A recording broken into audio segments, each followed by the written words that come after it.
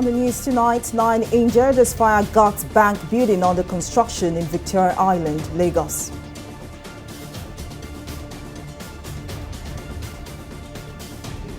Passengers lament as aviation union barricades Lagos airport.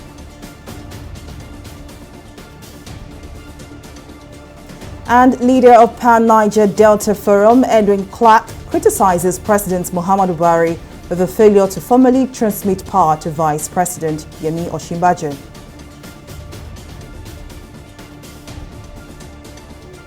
Well, many thanks for joining us on News Now. I am Folashade Ogurinde.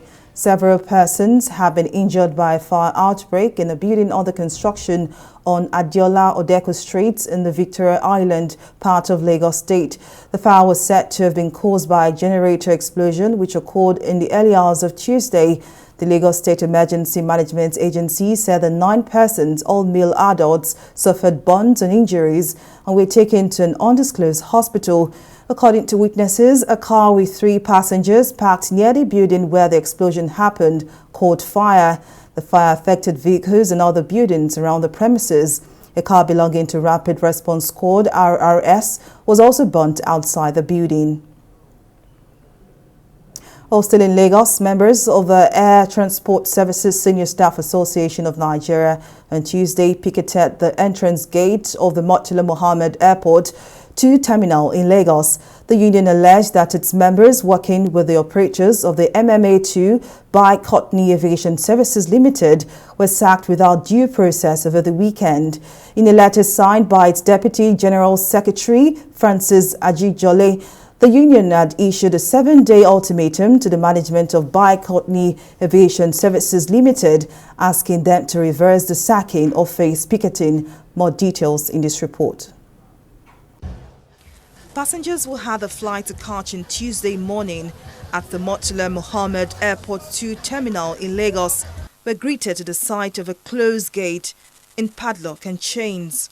The closure was triggered by protesting aviation union under the auspices of the Air Transport Services Senior Staff Association of Nigeria, ATSAN.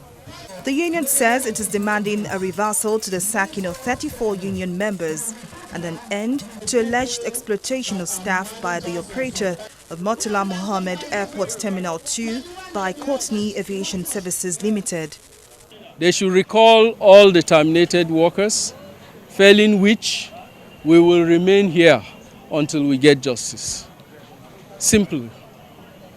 We are a senior staff association, and I can assure you we have demonstrated the highest level of civility, maturity on the table.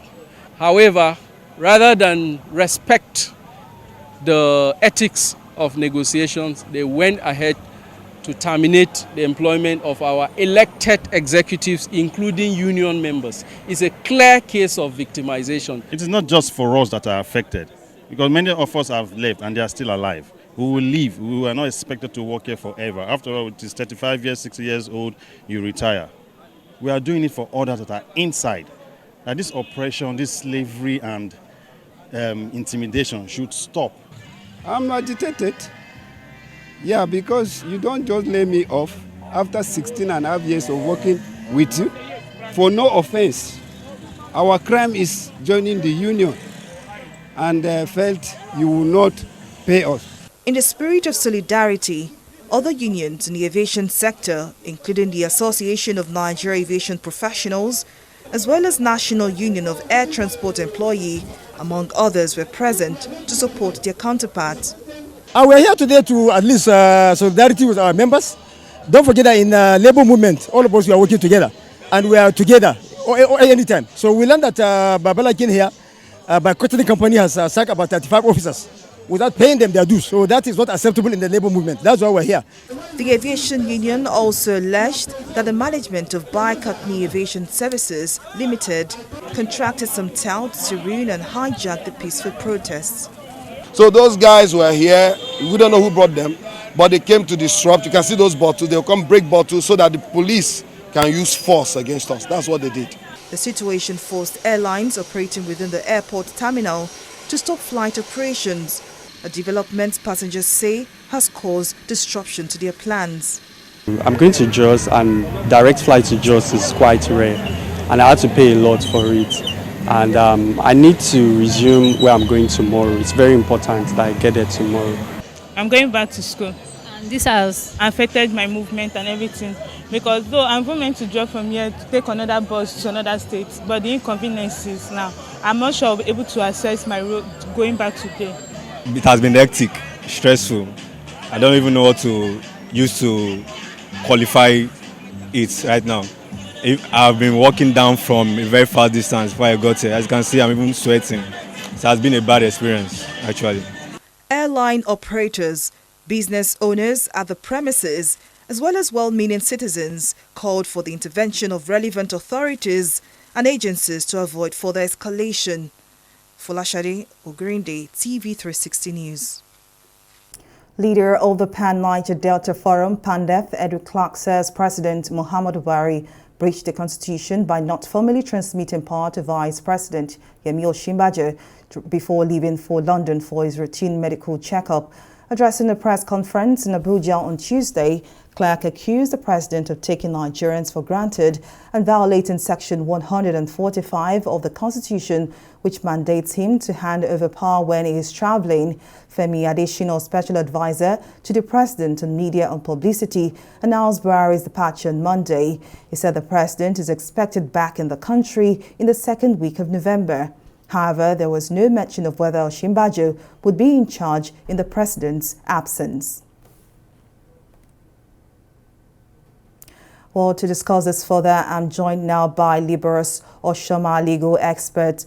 Liberus, now, what do you make of the statement by PANDEF leader Edwin Clark on the president's refusal or failure to hand over to his VP? Do you think there is more to it, or what exactly is going on? Give us a legal perspective.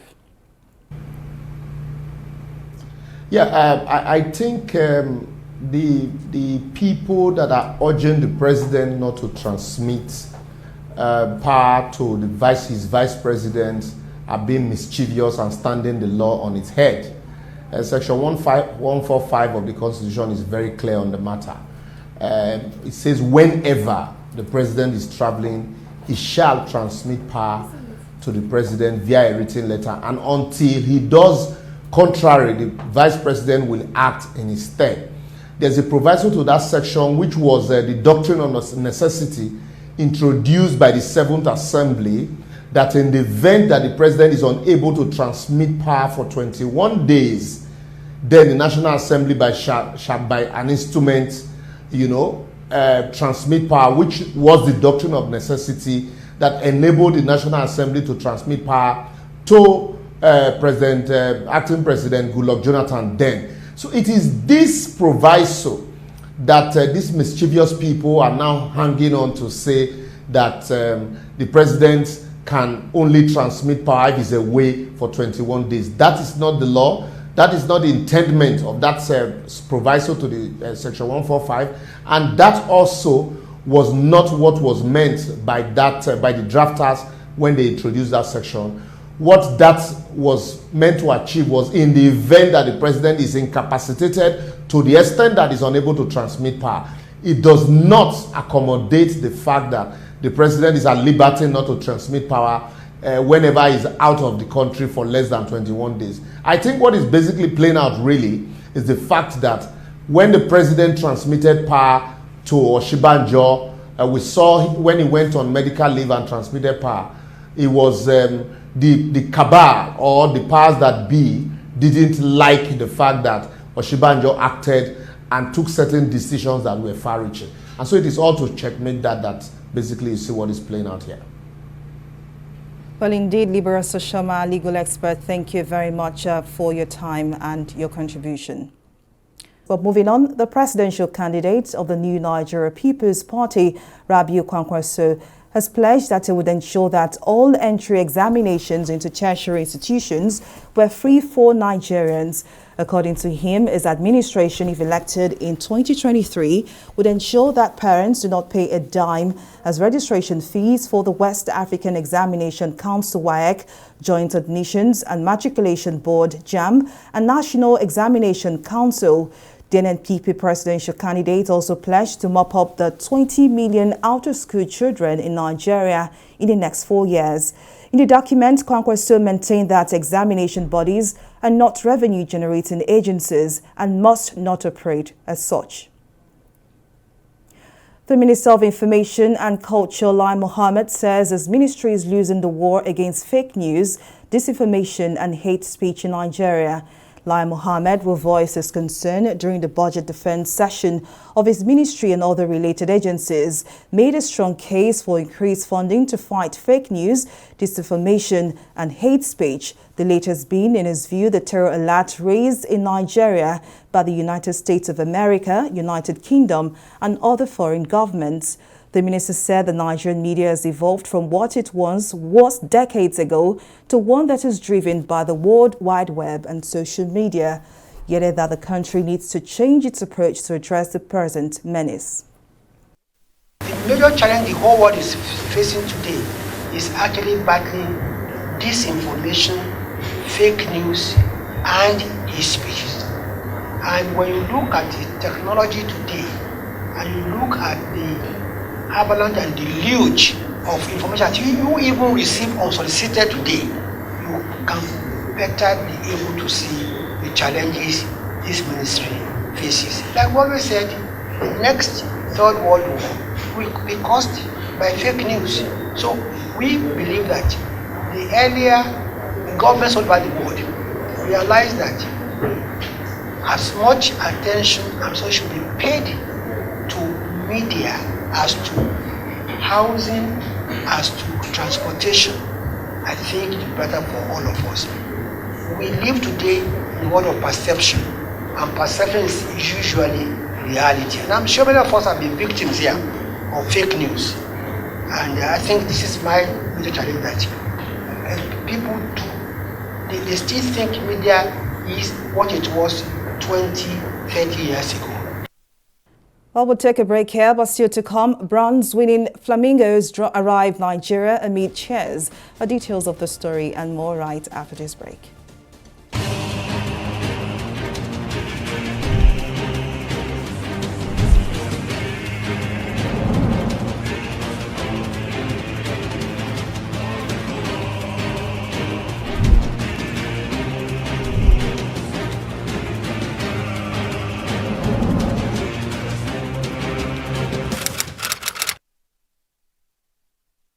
Nigerians, elections are here again. Let us shun violence. Let us play the game according to the rules. Do not be a thug. Say no to violence. Let's rise and defeat violence, crime, and sabotage against the peace of our nation. Nigeria is the only country we have. We must do everything to keep it united. We must avoid any act that promotes hate and disintegration. Say no to separatist movement, terrorism, fake news, hate speech, religious bigotry, and any act that tends to divide us as a nation. Watch out for strange gatherings and suspicious movements. Restrict access to sensitive documents and data, the disclosure of which may damage national security. Educate your staff and family, particularly on measures to safeguard information and report security breaches. Apply relevant legal security guidelines to protect yourself and your neighbors. Due to misinformation and wrong choices, some idle persons resort to vices in their greed to get rich quick. They resort to kidnapping, killings for rituals, and other heinous crimes. Avoid wrong use of the social media. Before you broadcast that false message, think twice. Ask whether it will promote peace or violence. For safety at home, still be security conscious. Educate your household on safety tips. Report all suspicious movements and persons to the security agencies nearest to you. Be a good citizen. Be patriotic. To pass security information, please call 0813-222-2105, 0915-339-1309, 0908-837-3514, or send a mail to dsspr@dss.gov.ng. This message is from the Department of State Services, DSS.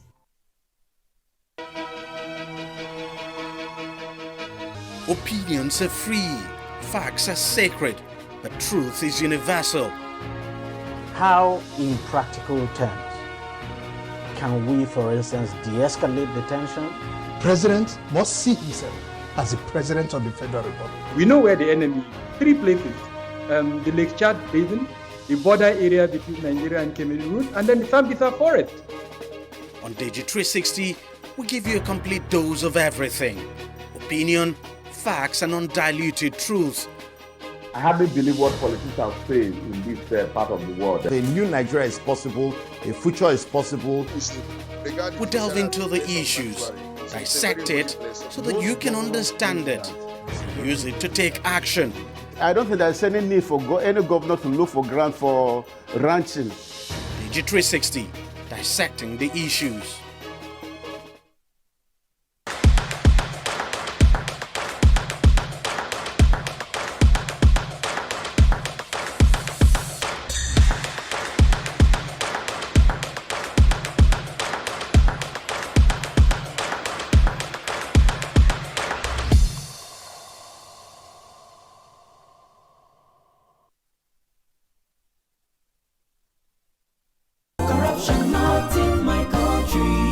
Hello? Yeah, I found your wallet in front of a supermarket. Meet me at Apple Junction. Yes, I'll be waiting for you. Now we find out. 2 of us. Thank you very much, officer. You know, it's surprising that men like you still exist in the police force. Yes, so... Oh, yes. This is just a token of my appreciation. Oh, no. You don't need to do this. We are only doing our job. Thank you very much. God bless you. You're welcome. Now I know police is really my friend. Yes. Friend. Hey.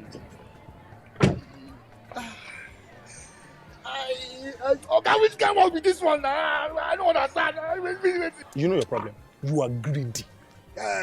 I'm a policeman who is doing his job. All forms of corruption in the force, not in my country. Corruption not in my country.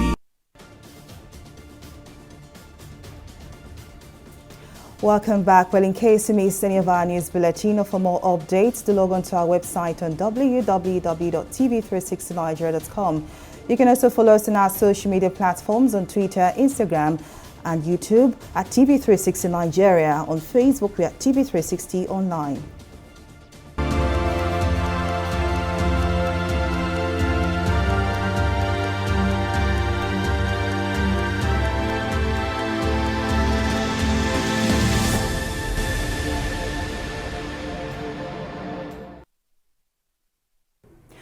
And now to COVID-19 updates. The world's largest iPhone factory in central China has told its staff that it would quadruple their bonuses if they remained at the plant after scores of workers fled a COVID-19 outbreak at the facility. The plant, on its official WeChat account, added that staff will also receive additional bonuses if they attend work for 15 days or longer in November. Taiwanese tech giant Foxcom's plant has been under lockdown since mid-October, with the company saying it is testing employees daily and keeping them in a closed loop. But complaints from workers circulating on Chinese social media have alleged poor working conditions and inadequate virus protection for employees who are not infected. Travelers visiting Qatar would no longer need a negative PCR or rapid antigen test to enter the country. The latest relaxation of COVID-19 related measures take effect from Tuesday, November 1st, just 19 days before the World Cup kicks off. According to local media, the medical director of Hamad General Hospital says the removal of all travel restrictions was due to the fall in the number of COVID-19 cases and deaths. Well, we'll take a short break here and return with more stories. Do stay with us.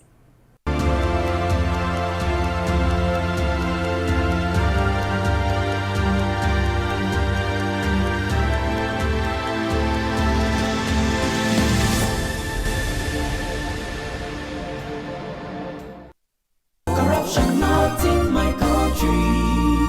That was a very good business. Yeah. The furniture you brought was very perfect. That's how we roll. Because then let me do you receipts. Yeah. How much was it again? 1 million naira. Okay, write 2.5. Mbano. The deal was for 1 million naira now. Okay, write 3 million. I'll give you 500. Oh no, I doesn't do business like that now. Yeah. In that case, give me back my check. Let me go and look for someone that understand business. Take. Your loss. But it is only for incorruptible customers. What are you talking? Now get out. What kind of this? You will just die. No. You will die. That is the door. Now get out from here. Rubbish. Look, my people. Make una really add money for original invoice price. That's not corruption. Say no. Not in my country. Corruption not in my country.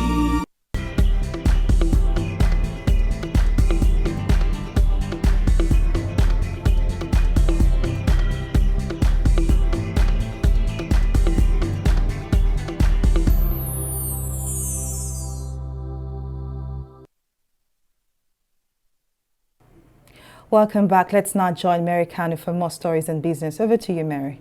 Thank you, Folashade. Hello and welcome to Business News. The shrinking value of the Nigerian naira and currencies of most developing economies are driving up food and fuel prices in ways that could deepen the food and energy crisis that many of them already face. The World Bank's latest commodity markets outlook report has shown. In US dollar terms, the prices of most commodities have declined from their recent peaks amid concerns of an impending global recession. The report documented that elevated prices of energy commodities that serve as inputs to agricultural production have been driving up food prices.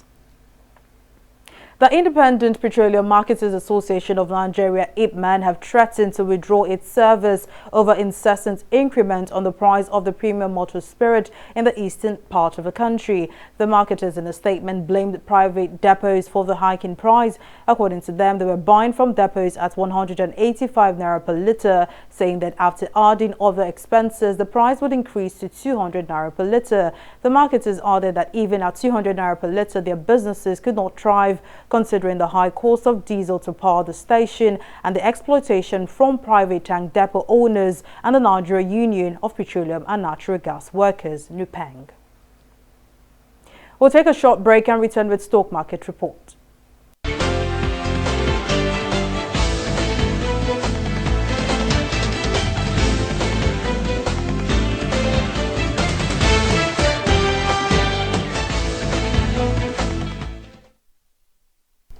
Nigeria's stock market on Tuesday furthered its journey into the negative territory, declining by 0.21% as investors' weak sentiment continued to impact the market. Investors in equities booked about 50 billion naira loss on the first trading day in the month of November. The loss was due to continued sell-offs of stocks of Julius Berger and Seplat Petroleum, as both equities lost 102 naira at the close of trading. Market sentiment, as measured by Market Breadth, was negative, with 20 stocks trading down as opposed to 14 gainers. Market summary sees 7% improvement in volume, 16% improvement in value, but a 3% decline in deals. Not a good way to start the month, but investors will look forward to better trading days. Let's switch now to some select global stocks. Stocks stumbled on Tuesday in the US as a new month of trading commenced, with the market down at 0.35%.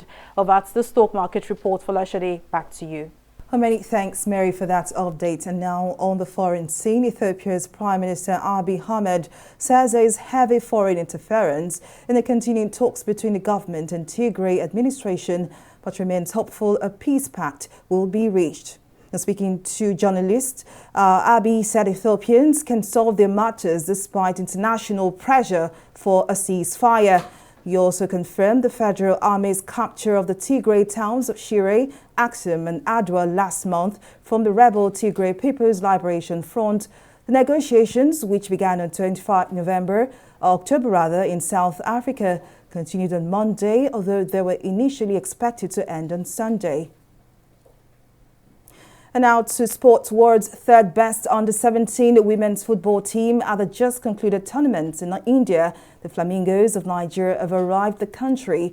The young girls and other members of the team touched down at the international wing of the Nnamdi Azikiwe International Airport in Abuja at 12:30 p.m. local time, courtesy of Ethiopian Airlines on Tuesday. Headed to the Moshood Abiola National Stadium, still in Abuja, the team was received by the Minister of Youth and Sports Development, the President of Nigeria Football Federation, and other dignitaries. In his welcome address, the Minister Sunday Dare commended the World Cup bronze medalists for showcasing their innate talent and skills, as well as abilities. We want to thank you for your exploits in India. We want to thank you for holding up our flag. We want to thank you for displaying your talents and skills. And we want to thank you for winning the bronze for our country in the Under-17 World Cup. Like the Permanent Secretary said, it's the first of its kind in our history. And I must also commend the NFF for the preparations, for the organization, for making sure that you went through the rite of passage, the qualifiers, sending you to Turkey, and then getting you to go, and all the logistics that went with it. But I think the biggest thanks goes to the technical crew. I saw that your coach, Banki, became a prayer warrior. And that infected almost all members of the team. So we also thank God, we thank Allah for His mercy upon this Under-17 team that gave them victory. Today we're proud to note that Nigeria Hotels produced 5 key players, principally because we have continued to invest in young girls who not only did we engage them to play for our team, but we placed each and every one of them on scholarship. And that's why it's very easy for the coach to be able to identify them, because talent doesn't hide. You've got it, you've got it. And that's the size of our news bulletin. Many thanks for watching. I am Folashade Ogurinde. Bye for now.